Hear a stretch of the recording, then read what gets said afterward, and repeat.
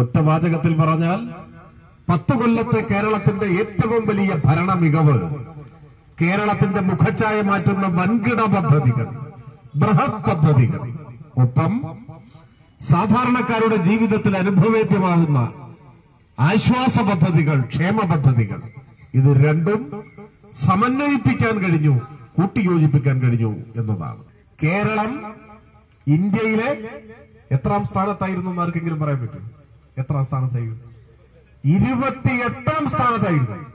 എന്തുകൊണ്ടാണ് 29 ആകാഞ്ഞ്? അന്ന് ഇന്ത്യയിൽ 28 സംസ്ഥാനമേ ഉള്ളൂ. മനസ്സിലായി? അപ്പൊ 28ാം സ്ഥാനത്തായിരുന്നു നമ്മുടെ നാട്. 28ാം സ്ഥാനത്ത്. ഞാൻ ഇപ്പൊ കഴിഞ്ഞ ദിവസം നോക്കിയപ്പോ KPCC പ്രസിഡന്റിന്റെ ഒരു പ്രസ്താവനയല്ല, അദ്ദേഹം മാധ്യമങ്ങളോട് പ്രതികരിച്ചപ്പോ അറിയാതെ പറഞ്ഞു പോയൊരു കാര്യം ശ്രദ്ധയിൽപ്പെട്ടു. KPCC പ്രസിഡന്റ് സ്ഥാനം ഇപ്പോൾ ഒഴിഞ്ഞിട്ടില്ല. അദ്ദേഹം പേരാവൂരിൽ മത്സരിക്കുകയാണ്. സാധാരണ KPCC പ്രസിഡന്റുമാർ മത്സരിക്കുമ്പോൾ പകരം ഒരാളെ പ്രസിഡന്റായിട്ട് ചുമതല കൊടുക്കും, ഒഴിയും. എന്നാൽ കോൺഗ്രസ് കൂടിയിരുന്ന് ആലോചിച്ചിട്ട് തീരുമാനിച്ചു, ഈ മത്സരത്തിൽ ഒഴിയേണ്ട കാര്യമില്ല. കാരണം മത്സരം കഴിഞ്ഞാലും ആ സ്ഥാനത്ത് ഇദ്ദേഹം തന്നെ തുടർന്ന് നിൽക്കേണ്ട സാഹചര്യമാണുള്ളത്. അതുകൊണ്ട് ഒഴിയണ്ട എന്ന് തീരുമാനിച്ചിട്ട് അദ്ദേഹം മത്സരിച്ചുകൊണ്ടിരിക്കുകയാണ്. പറഞ്ഞു വന്നതല്ല, അദ്ദേഹം പതിവിൽ കവിഞ്ഞ് സ്വീകരണ കേന്ദ്രങ്ങളിലൊക്കെ വെക്കുന്നുണ്ടെന്ന് തോന്നുന്നു, എണ്ണം കൂടുതലൊക്കെ. അപ്പൊ ഏതോ മാധ്യമപ്രവർത്തകൻ അതിനെക്കുറിച്ച് എന്തോ ചോദിച്ചതാണ്. അപ്പൊ അദ്ദേഹത്തിന്റെ മറുപടിയാണ്, ഇപ്പൊ റോഡുകളെല്ലാം നല്ലതായതുകൊണ്ട് വേഗത്തിൽ ഓടിയെത്താൻ കഴിയും, അതുകൊണ്ട് എല്ലായിടത്തും എത്താം എന്ന് പുള്ളി പറയുകയാണ്. അതാണ് കേരളത്തിലെ മാറ്റം. വളരെ വേഗത്തിൽ ആളുകൾക്ക് യാത്ര ചെയ്യാൻ പറ്റും. ഏത് KPCC പ്രസിഡന്റിനും യാത്ര ചെയ്യാം. ആ നിലയിൽ നമ്മുടെ റോഡുകളെല്ലാം അഭിവൃദ്ധിപ്പെട്ടു. ഒരുപക്ഷെ ഐക്യ കേരളത്തിന്റെ ചരിത്രത്തിലെ തെരഞ്ഞെടുപ്പുകളിൽ മറ്റൊരു തെരഞ്ഞെടുപ്പിനും ഇല്ലാത്തത്ര സവിശേഷമായ പ്രാധാന്യം കൈവന്ന ഒരു തെരഞ്ഞെടുപ്പാണ് ഇപ്പോൾ നടക്കാൻ പോകുന്നത്. അതിനർത്ഥം ഇതുവരെയുള്ള തെരഞ്ഞെടുപ്പുകൾ പ്രാധാന്യമില്ലാത്തതാണ് എന്നല്ല. പക്ഷെ വർദ്ധിച്ച പ്രാധാന്യം, സവിശേഷമായ ഒരു പ്രാധാന്യം ഈ തെരഞ്ഞെടുപ്പിനുണ്ട്. അത് ചരിത്രത്തിലാദ്യമായി ഇടതുപക്ഷ ജനാധിപത്യ മുന്നണി തുടർഭരണം നേടിയതിന് ശേഷമുള്ള തെരഞ്ഞെടുപ്പാണ്. ആ തുടർഭരണമാവട്ടെ നവകേരളം എന്ന ലക്ഷ്യം സാക്ഷാത്കരിക്കുന്നതിനുള്ള അടിത്തറ ഭദ്രമാക്കാൻ സാധിച്ച 10 വർഷത്തെ LDF ഭരണത്തിന് ശേഷമുള്ള ഒരു തെരഞ്ഞെടുപ്പ്. ഈ 10 വർഷം ലോകത്തിന്റെ തന്നെ ശ്രദ്ധാകേന്ദ്രമായി നമ്മുടെ നാട് കേരളം മാറി എന്നതാണ് കക്ഷിരാഷ്ട്രീയ പരിഗണനകൾക്ക് അതീതമായി ഓരോ മലയാളിക്കും അഭിമാനിക്കാൻ കഴിയുന്ന യാഥാർത്ഥ്യം. കേരളം ലോക ഭൂപടത്തിൽ ഒരു രാജ്യമെന്ന പോലെ അടയാളപ്പെടുത്തപ്പെട്ട 10 വർഷമാണ്.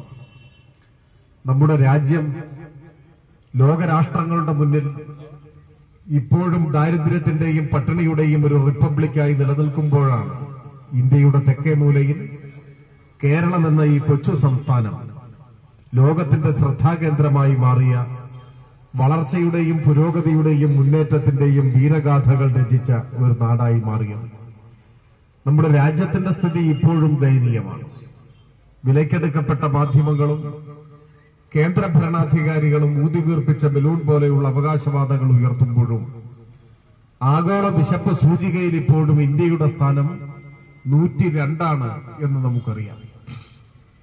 ലോകത്തിലെ ഗൗരവതരമായ പട്ടിണി നിലനിൽക്കുന്ന രാജ്യങ്ങളെ സംബന്ധിച്ച ഐക്യരാഷ്ട്രസഭയുടെ മേൽനോട്ടത്തിൽ തയ്യാറാക്കുന്ന പട്ടികയാണ് ആഗോള വിശപ്പ് സൂചിക. 123 രാജ്യങ്ങളുള്ള ആ പട്ടിണി പട്ടികയിൽ 102ാം സ്ഥാനത്താണ് ഇന്ത്യ. എന്ന് വെച്ചാൽ പട്ടിണി മരണങ്ങൾ നിത്യസംഭവമായി നടക്കുന്ന ഒരു പട്ടിണി റിപ്പബ്ലിക്കായി ഇന്ത്യ നിലനിൽക്കുകയാണ്. ഇത് പട്ടിണിയുടെ കാര്യത്തിൽ മാത്രമല്ല, ലോകത്തിൽ ഏറ്റവും കൂടുതൽ ക്ഷയരോഗികൾ ജീവിക്കുന്നത് ഇന്ത്യയിലാണ്. ലോകത്തിൽ ഏറ്റവും കൂടുതൽ കുഷ്ഠരോഗികൾ ഇന്ത്യയിലാണ്. ലോകത്തിൽ ഏറ്റവും കൂടുതൽ മനുഷ്യർ ചേരികളിൽ നരകയാതന അനുഭവിച്ച് ജീവിക്കുന്ന രാജ്യം ഇന്ത്യയാണ്. ലോകത്തിൽ ഏറ്റവും കൂടുതൽ ചേരി നിവാസികളുള്ള രാജ്യം നമ്മുടെ രാജ്യമാണ്. ഈ ദാരിദ്ര്യത്തിന്റെയും അരക്ഷിതാവസ്ഥയുടെയും നടുക്കടലിൽ ഇപ്പോഴും തുടരുന്ന ഇന്ത്യയിലാണ് പക്ഷേ സ്കാൻഡിനേവിയൻ രാജ്യങ്ങളോടും ലോക വികസിത മുതലാളിത്ത രാജ്യങ്ങളോടുമെല്ലാം ജീവിത സൂചികകളുടെ കാര്യത്തിൽ മത്സരിക്കാൻ മാത്രം കെൽപ്പ് നേടിയ ഒരു നാടായി കേരളം മാറിയത്. ആ കേരളത്തെയാണ് ലോകം ഉറ്റുനോക്കുന്നത്. ശിശുമരണ നിരക്കിന്റെ കാര്യത്തിൽ, മാതൃമരണ നിരക്കിന്റെ കാര്യത്തിൽ, പ്രതീക്ഷിത ആയുസിന്റെ കാര്യത്തിൽ, പ്രാഥമിക വിദ്യാഭ്യാസത്തിന്റെ വ്യാപനം, ജനകീയാരോഗ്യ പരിപാലനം, പൊതുവിതരണം എന്നുവേണ്ട ജനങ്ങളെ നേരിട്ട് ബാധിക്കുന്ന എല്ലാ രംഗങ്ങളിലും നമ്മൾ ലോകത്തെ വിസ്മയിപ്പിക്കുകയാണ്. ഞാൻ ഓരോ മേഖലയിലും നമ്മൾ കൈവരിച്ച ആഗോള നേട്ടത്തിന്റെ വിശദാംശങ്ങളിലേക്ക് ഇപ്പോ സമയക്കുറവ് കൊണ്ടുപോകുന്നില്ല. പക്ഷേ പണ്ട് പാലാനാരായണൻ നായർ എഴുതിയതുപോലെ കേരളം വളരുന്നു പശ്ചിമഘട്ടങ്ങളെ കേറിയും കടന്നും ചെന്നന്യമാം രാജ്യങ്ങളിൽ എന്നാണ് എഴുതിയത്. അതിർത്തികൾ കടന്ന് കേരളത്തിന്റെ യശസ്, കേരളത്തിന്റെ കീർത്തി ലോകരാജ്യങ്ങളിലെങ്ങും എത്തിച്ചേർന്ന ഒരു കാലമാണ്. ഏതാനും മാസങ്ങൾക്ക് മുൻപാണ് ശിശുമരണ നിരക്കിൽ നമ്മൾ അമേരിക്കൻ ഐക്യനാടുകളെ പിന്നിലാക്കി എന്ന വാർത്ത വരുന്നത്. ശിശുമരണ നിരക്ക് എന്ന് പറഞ്ഞാൽ വളരെ ലളിതമാണ്. 1000 കുഞ്ഞുങ്ങൾ ജനിക്കുമ്പോ ഒരു വർഷം തികയുന്നതിന് മുൻപ് അതിൽ എത്ര കുഞ്ഞുങ്ങൾ മരിച്ചു പോകുന്നു എന്നതിന്റെ കണക്കാണ് ശിശുമരണ നിരക്ക്. ഇന്ത്യയിൽ ഇത് 25ആണ്. 1000 കുഞ്ഞുങ്ങൾ ഇന്ത്യയിൽ ജനിക്കുമ്പോൾ 25 കുഞ്ഞുങ്ങൾ 1ാം പിറന്നാളിന് മുമ്പ് മരിച്ചു പോകും. അമേരിക്കയിൽ അത് ഏകദേശം 6 മാത്രമാണ്. കേരളത്തിലെ ശിശുമരണ നിരക്കിന്റെ കണക്ക് ഏതാനും മാസങ്ങൾക്ക് മുൻപ് പുറത്തു വന്നപ്പോ അത് കേവലം 5 മാത്രമാണ്. അമേരിക്കയിൽ 6, ഇവിടെ 5. അമേരിക്കയേക്കാൾ ഒരു പടി നമ്മൾ അക്കാര്യത്തിൽ മുന്നിലെത്തി. മറ്റ് ജീവിത സൂചികകളിൽ അമേരിക്കൻ നിലവാരത്തിന്റെ തൊട്ട് അടുത്തെത്തി. ശിശുമരണ നിരക്ക് എടുത്തു പറയാൻ എന്താണ് കാരണം? ഒരുപാട് ഘടകങ്ങൾ ഒത്തിണങ്ങുമ്പോഴാണ് ശിശുമരണ നിരക്കൊക്കെ കുറയുക. ശിശുമരണ നിരക്ക് കുറയണമെങ്കിൽ കുഞ്ഞ് ജനിക്കുമ്പോൾ തന്നെ നല്ല ആരോഗ്യമുള്ള കുഞ്ഞായിരിക്കണം. അതിനാണ് കുഞ്ഞിന്റെ തൂക്കം നോക്കുന്നൊക്കെ. ജനിക്കുമ്പോൾ തന്നെ ആരോഗ്യം ഉണ്ടാവണമെങ്കിൽ കുഞ്ഞിന്റെ അമ്മയ്ക്ക് ആരോഗ്യം ഉണ്ടാവണം. കുഞ്ഞിന്റെ അമ്മയ്ക്ക് ആരോഗ്യം ഉണ്ടാവണമെങ്കിലോ നല്ല പോഷക സമൃദ്ധമായ ഭക്ഷണം കഴിക്കണം, ആവശ്യത്തിന് വിശ്രമം വേണം, മനസ്സമാധാനമുള്ള അന്തരീക്ഷം വേണം. അങ്ങനെയൊക്കെ ഉണ്ടാവണമെങ്കിലോ അതിനു പറ്റിയ കുടുംബാന്തരീക്ഷം വേണം, കുടുംബത്തിന് മെച്ചപ്പെട്ട വരുമാനം വേണം, എന്തെങ്കിലും അസുഖം വന്നാൽ ചികിത്സ തേടി ചെല്ലാൻ അടുത്തൊരു ആശുപത്രി വേണം, ആശുപത്രിയിൽ പരിചയസമ്പന്നരായ ഡോക്ടർമാർ വേണം, മരുന്ന് വേണം, ഇതൊക്കെ സൗജന്യമായി കിട്ടുന്ന ഒരു അന്തരീക്ഷം ഉണ്ടാവണം. ഇതെല്ലാം ഒത്തിണങ്ങുമ്പോഴാണ്. ഇനി കുഞ്ഞ് ജനിച്ചാലും ഈ പറയുന്ന ഘടകങ്ങളെല്ലാം പ്രാധാന്യമുള്ളതാണ്. ഇതെല്ലാം ഒന്നുചേരുമ്പോഴാണ് ശിശുമരണ നിരക്കൊക്കെ കുറഞ്ഞു വരിക. അപ്പൊ ഈ കാര്യങ്ങളിലെല്ലാം നാം വളരെ ദൂരം മുന്നോട്ട് പോയി. കഴിഞ്ഞ 10 കൊല്ലം യഥാർത്ഥത്തിൽ പുതിയൊരു കേരളമായി ഈ നാട് രൂപപ്പെട്ടു വന്നു എന്നതാണ് പ്രത്യേകത. പണ്ടൊക്കെ ഇടതുപക്ഷത്തിനെതിരെ പലരും ഉയർത്തുന്ന ഒരു വിമർശനം, LDF ഗവൺമെന്റ് അധികാരത്തിൽ വരുമ്പോൾ ക്ഷേമ പെൻഷൻ പോലെയുള്ള കാര്യങ്ങളൊക്കെ ചെയ്യും, പക്ഷേ വൻകിട വികസന പദ്ധതികളൊന്നും അങ്ങനെ ശ്രദ്ധിക്കില്ല എന്നതാണ്. ഒരു അടിസ്ഥാനവും ഇല്ലാത്ത വിമർശനമാണ്. യാതൊരു അടിസ്ഥാനവും അതിനൊന്നുമില്ല. പക്ഷെ ആവർത്തിച്ചു പറഞ്ഞ് ആളുകളുടെ പൊതുബോധമായി ഇത്തരത്തിലുള്ള ചിന്തകൾ വ്യാപിച്ചിരുന്നു. എന്നാൽ ഇപ്പോൾ എതിരാളികൾക്ക് അങ്ങനെയൊന്നും വ്യാജ പ്രചരണം പോലും അടിച്ചുവിടാൻ കഴിയാത്ത വിധം കേരളത്തിന്റെ വ്യത്യസ്തമായ പ്രവർത്തനങ്ങളെ, വികസന പ്രവർത്തനങ്ങളെ, ക്ഷേമ പ്രവർത്തനങ്ങളെ സമന്വയിപ്പിക്കാൻ കഴിഞ്ഞു എന്നതാണ് പ്രത്യേകത. ഒറ്റ വാചകത്തിൽ പറഞ്ഞാൽ 10 കൊല്ലത്തെ കേരളത്തിന്റെ ഏറ്റവും വലിയ ഭരണ മികവ് കേരളത്തിന്റെ മുഖച്ഛായ മാറ്റുന്ന വൻകിട പദ്ധതികൾ, ബൃഹത് പദ്ധതികൾ, ഒപ്പം സാധാരണക്കാരുടെ ജീവിതത്തിൽ അനുഭവേദ്യമാകുന്ന ആശ്വാസ പദ്ധതികൾ, ക്ഷേമ പദ്ധതികൾ, ഇത് രണ്ടും സമന്വയിപ്പിക്കാൻ കഴിഞ്ഞു, കൂട്ടിയോജിപ്പിക്കാൻ കഴിഞ്ഞു എന്നതാണ്. കേരളത്തിന്റെ മുഖച്ഛായ മാറ്റി എത്ര വൻകിട പദ്ധതികൾ. അതാണ് ദേശീയപാത വികസനം, തീരദേശപാത, മലയോരപാത, K4, GAIL pipe line, Kochi Idamon power highway, ഇന്ത്യയിലെ ആദ്യത്തെ വാട്ടർ മെട്രോ, ഇങ്ങനെ പോകുന്നു. ഇതൊരു കാലത്തും ഉണ്ടായിട്ടില്ല. ബൃഹത് പദ്ധതികളുടെ ഒരു ശൃംഖല, ഒരു ഘോഷയാത്ര. ഒപ്പം 2000 രൂപ ക്ഷേമ പെൻഷൻ കൊടുക്കുന്ന ഇന്ത്യയിലെ ഏക സംസ്ഥാനമായി നമ്മൾ മാറി. ഇന്ത്യയിൽ മറ്റൊരിടത്തുമില്ല. ഇപ്പൊ കോൺഗ്രസിന്റെ ദേശീയ നേതാക്കൾ ഇവിടെ വന്ന് പല പ്രസംഗവും നടത്തുന്നുണ്ട്. ഞാൻ അതിലേക്കൊന്നും അങ്ങനെ വിശദമായി പോകുന്നില്ല. പക്ഷെ തൊട്ടടുത്ത കർണാടക അവർ ഭരിക്കുകയാണ്. 2000 രൂപ പെൻഷൻ ഉണ്ടോ കർണാടകയിൽ? 2000 ഇന്ത്യൻ ഉറുപ്പിക പെൻഷൻ കൊടുക്കുന്ന ഇന്ത്യയിലെ ഒരേ ഒരു സംസ്ഥാനം, അതും 62 ലക്ഷം മനുഷ്യർ. ഒരു ചെറിയ കാര്യമല്ല, ഒരു വലിയ കാര്യമാണ്. ഇന്നത്തെ കാലത്ത് 2000 രൂപ ഒരാൾക്ക് പ്രതിമാസം കിട്ടിയാൽ സമ്പൽ സമൃദ്ധമായ ജീവിതം നയിക്കാമെന്നൊന്നും നമ്മൾ അവകാശപ്പെടുന്നില്ല. പക്ഷേ പട്ടിണി കിടക്കണ്ട, അരി വാങ്ങാം, ഒരാശ്വാസമാണ്. ഒരു വീട്ടിൽ പ്രായമായ ഒരു മുത്തശ്ശനും മുത്തശ്ശിയും മാത്രമേ ഉള്ളൂവെങ്കിൽ അവരെ സംരക്ഷിക്കാൻ ആരുമില്ലെങ്കിലും വിഷമിക്കേണ്ട കാര്യമില്ല. അവരുടെ സംരക്ഷണത്തിന് സർക്കാരുണ്ട്. 2 പേർക്കും കൂടി ഒരു മാസം 4000 രൂപ അവരുടെ വീടുകളിൽ ഈ സർക്കാർ എത്തിച്ചു കൊടുക്കുക. ഇന്ത്യയിൽ മറ്റെവിടെയും അങ്ങനെയില്ല. വീട്ടമ്മമാരുടെ പെൻഷൻ, സ്ത്രീ സുരക്ഷാ പെൻഷൻ രാജ്യചരിത്രത്തിലെ മഹത്തായ ആദ്യ ചുവടുവയ്പ്പാണ്. ഇന്ത്യയിൽ മറ്റെവിടെയും ആരും ചിന്തിക്കുക പോലും ചെയ്തിട്ടില്ല ഇങ്ങനെ ഒരു പദ്ധതിയെക്കുറിച്ച്. അപ്പോഴാണ് വീട്ടമ്മമാരുടെ പ്രത്യേക പെൻഷൻ പദ്ധതിക്ക് കേരളം രൂപം നൽകി. അപേക്ഷിച്ചവർക്കെല്ലാം ഇപ്പോൾ അക്കൗണ്ടിൽ ആദ്യത്തെ ഗഡു കിട്ടി. കുന്നുകരയിൽ ആരെങ്കിലും അതിനപേക്ഷിക്കാൻ ബാക്കിയുണ്ടെങ്കിൽ ഉടനെ അപേക്ഷിച്ചാൽ അവർക്ക് അത് അംഗീകരിച്ച് അക്കൗണ്ടിൽ കാശ് കിട്ടും. 35 വയസ്സായാൽ മതി. അതാണ് പ്രത്യേകത. അഭ്യസ്തവിദ്യരായ യുവതി യുവാക്കൾക്ക് പ്രതിമാസ സ്റ്റൈപ്പൻഡ്, ഒരു ജോലി കിട്ടുന്നത് വരെ. ഇതൊക്കെ രാജ്യത്ത് മറ്റെവിടെയും ഉള്ളതല്ല. കേട്ടുകേൾവിയില്ലാത്ത ജനക്ഷേമ പ്രവർത്തനം. അങ്ങനെയാണ് കേരളം മുൻപോട്ട് പോയിക്കൊണ്ടിരിക്കുന്നത്. യുവജനങ്ങളുടെ സ്റ്റൈപ്പൻഡിന്റെ കാര്യം മാത്രമല്ല. അപ്പൊ നിങ്ങൾക്ക് വിശ്വസിക്കാനാവുമോ, ഇന്ത്യയിൽ 100 ചെറുപ്പക്കാർക്ക് സർക്കാർ ജോലി കിട്ടിയാൽ അതിൽ 60, 61, 62 പേർ മലയാളികളാണ്, കേരളത്തിലാണ്. ഇതെങ്ങനെയാണ് സംഭവിക്കുന്നത്? സത്യത്തിൽ ഇന്ത്യയിലെ ജനസംഖ്യയുമായി വെച്ച് നോക്കിയാൽ എനിക്ക് തോന്നുന്നു ഏകദേശം 3% ആയിരിക്കും ഇന്ത്യൻ ജനസംഖ്യയിൽ കേരളത്തിന്റെ വിഹിതം. ഇന്ത്യയിലെ ആകെ ജനസംഖ്യയുടെ ഏതാണ്ട് 3% ആയിരിക്കും കേരളത്തിലെ ജനസംഖ്യ. അങ്ങനെ നോക്കിയാൽ 100 ചെറുപ്പക്കാർക്ക് ഇന്ത്യയിൽ ജോലി കിട്ടുമ്പോൾ ജനസംഖ്യാനുപാതികമായി നമുക്ക് കിട്ടേണ്ട ജോലി ഏതാണ്ട് 3 പേർക്കാണ്.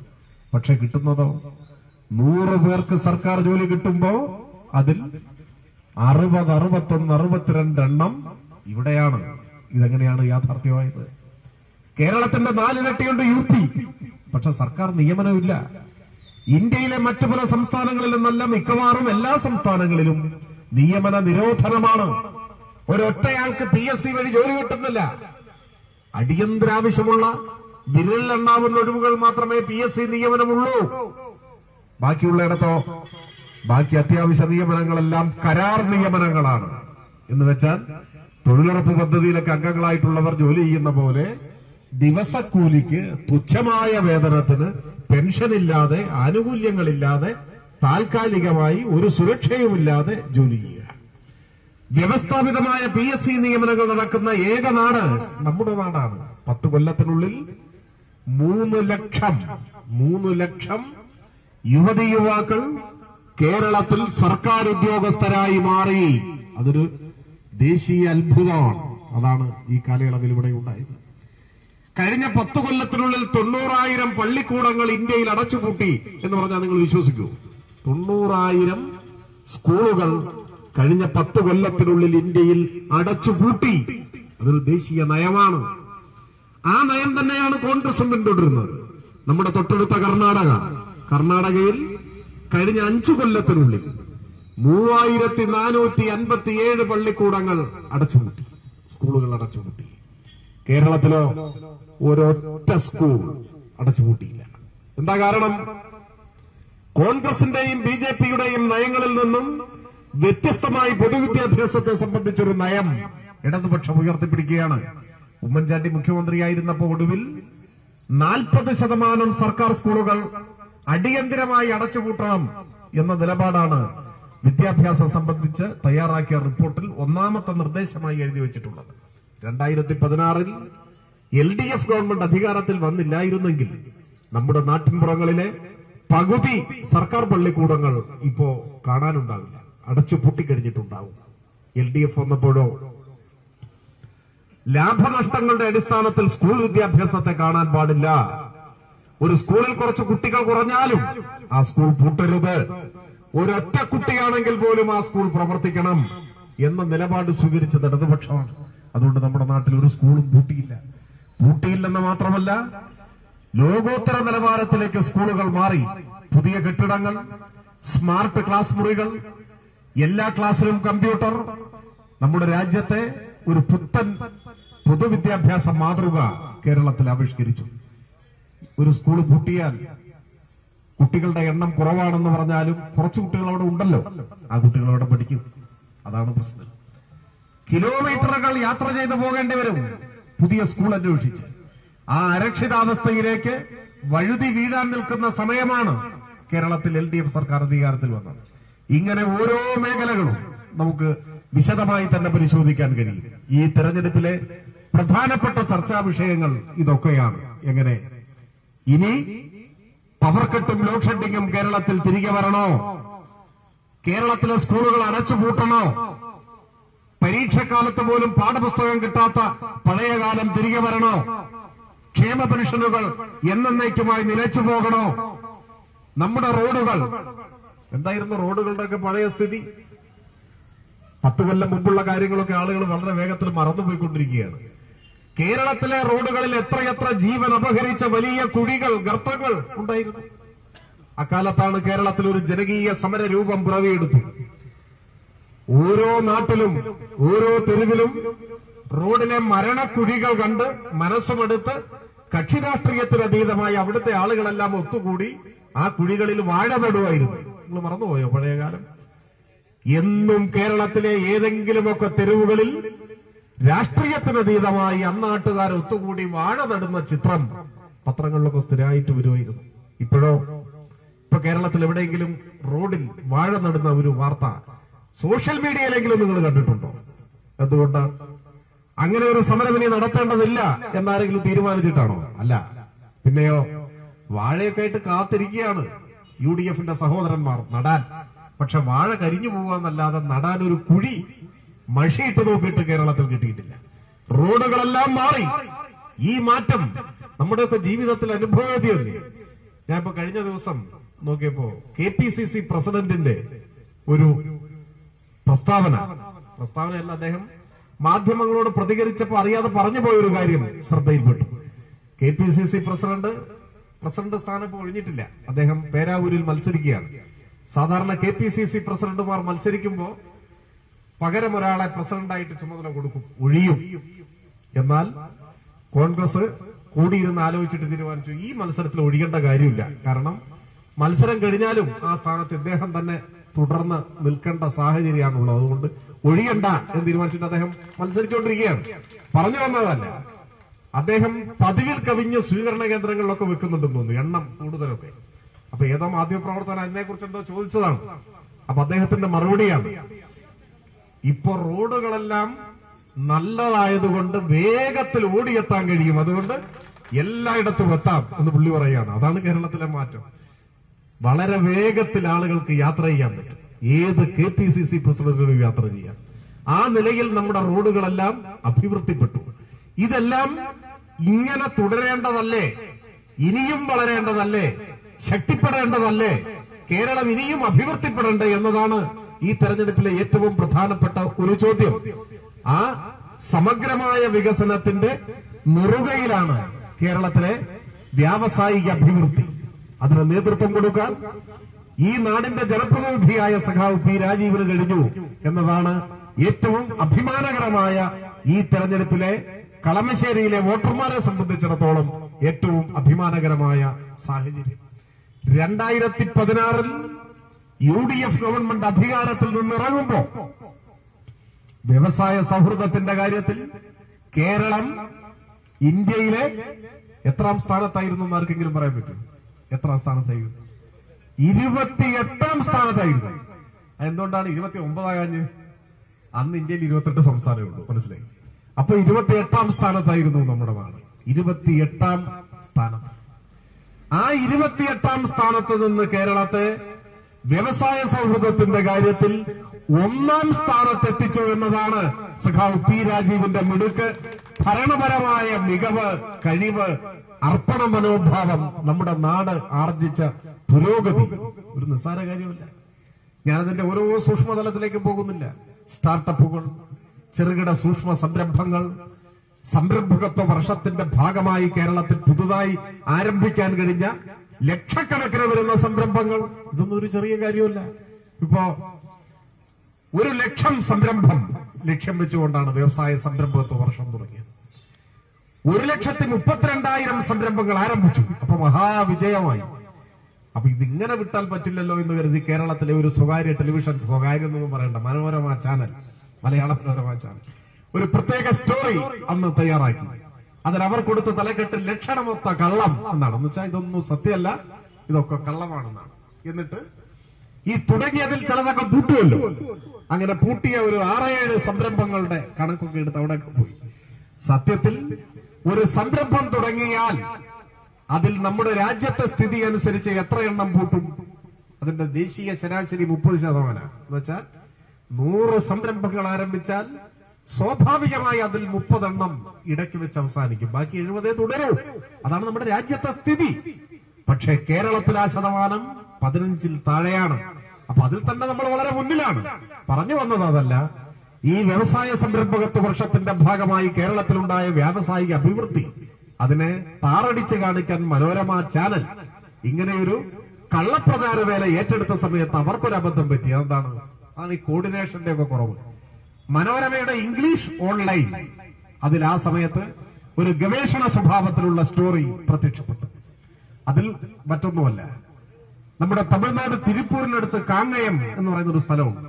അവിടെ സമീപകാലത്ത് വെളിച്ചെണ്ണ വ്യവസായത്തിന്റെ ഹബ്ബായി മാറി. അതായത് ഇന്ത്യയിൽ ഏറ്റവും കൂടുതൽ വെളിച്ചെണ്ണ മില്ലുകൾ ഉള്ള സ്ഥലം കാങ്ങയമായിരുന്നു. അവരുടെ വിപണി മുഴുവൻ കേരളത്തിലാണ്. ഇവിടെ നിന്ന് ഉൾപ്പെടെ കൊപ്ര അങ്ങോട്ട് കൊണ്ടു. അത് ടാങ്കറിൽ വിൽക്കും. മനോരമയിൽ വന്ന സ്റ്റോറിയുടെ ഉള്ളടക്കം അതല്ല. പ്രതിസന്ധി വന്നു. അവിടെ ഒന്നിനു പുറകെ മറ്റൊന്നായി ഏറ്റവും വലിയ മില്ലിന്റെ അപ്പൊ ഒരു വ്യവസായ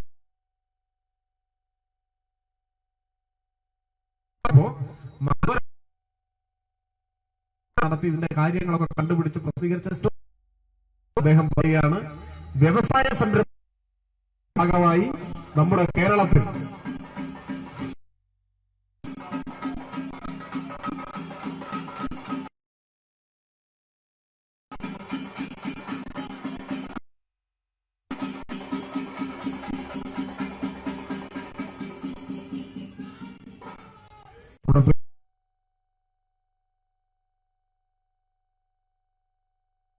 സ്വാഗതം ചെയ്യുന്നു.